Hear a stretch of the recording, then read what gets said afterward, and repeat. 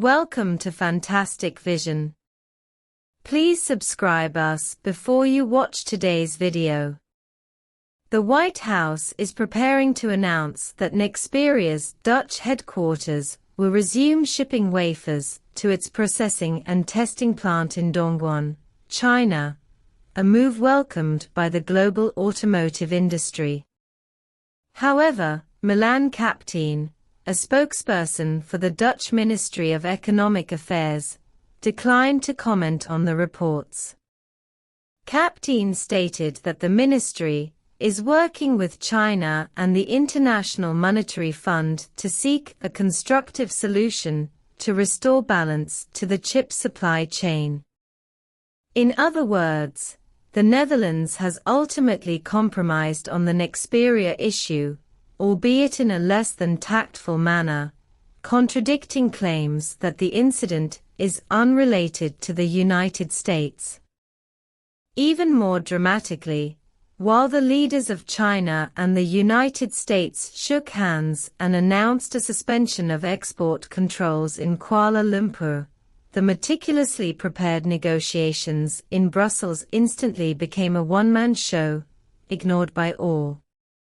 In this game of great power rivalry, is the EU a player or a pawn? What anxieties and calculations lie behind the Netherlands' tough stance? When the gears of the rare earth supply chain start turning again, who will be the real winner? Here's a brief recap of the Nexperia incident in the Netherlands. On September 30th, the Dutch Ministry of Economic Affairs and Climate Policy forcibly seized control of Nexperia's Dutch headquarters through a document, removing Chinese executives from management. Prior to this, the US had pressured the Netherlands to replace the company's management, threatening to add Nexperia to the entity list otherwise. Therefore, the Netherlands, citing national security threats, froze the global assets and intellectual property of Nexperia, a Chinese-controlled company, and seized global control of the company. Following the incident, Dutch officials immediately clarified that the event was unrelated to the US and was an independent decision made by the Netherlands.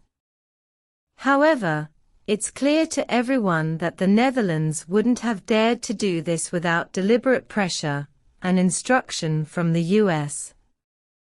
Even the Financial Times couldn't stand it anymore, stating that the Netherlands' move was exacerbating friction between Western countries and China in high-tech fields. Why did the Netherlands dare to target a Chinese company? Besides acting as a pawn for the US, a deeper reason lies in the Netherlands' own technological anxiety. China is striving for complete domestic substitution across the entire chip and chip manufacturing machinery supply chain, and exports of advanced equipment to Europe are fundamental to the economic stability of European countries. China possesses the world's most complete chip industry chain.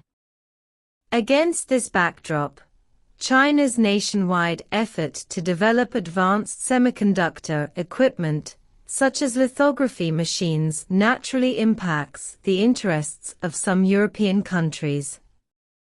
Faced with the inability to independently export high-end chip equipment, the Netherlands has chosen to cooperate with the United States to counter China.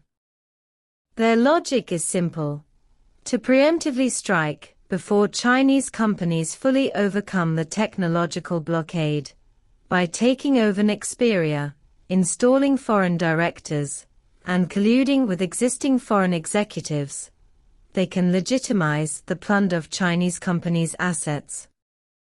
This strategy pleases the United States, delays the rise of China's semiconductor industry, and consolidates their own industrial position, a brilliant three birds with one stone plan.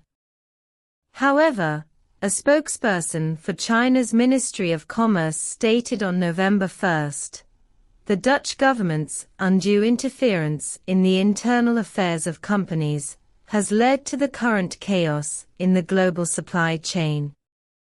This statement, while polite, is essentially a warning. If you dare to touch my company, I dare to touch your supply chain. ASML's lithography machines may seem sophisticated, but without China's support in rare earth materials, they are just a pile of scrap metal. A single EUV lithography machine uses over 10 kilograms of neodymium iron boron permanent magnets, accounting for more than 30% of the motor cost. Lens coatings require lanthanides. Light source targets rely on yttrium, and key components such as lasers and magnets are particularly high in rare earth elements.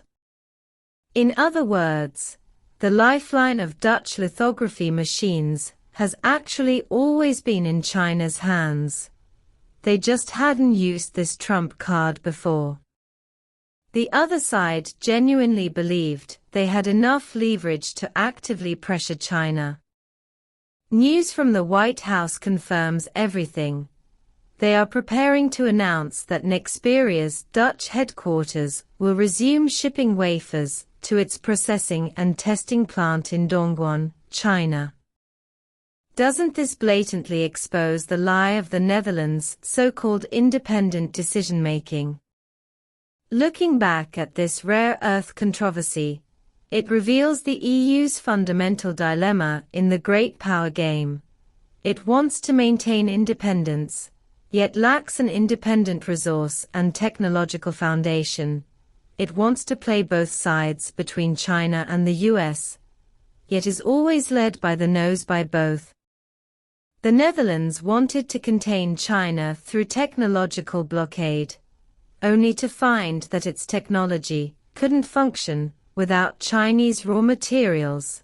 China, using rare earths to counter the West, also had to consider the stability of the global supply chain. Ultimately, China and the US chose a ceasefire, because both sides understood that a real war would benefit neither. And the EU. It has neither China's resource advantages nor the US's technological hegemony, leaving it only able to passively take the hits in the game between the two sides. In the context of this China-US meeting, the Brussels negotiations became a mere backdrop, which is actually a concrete manifestation of the marginalization of Europe's geostrategic position.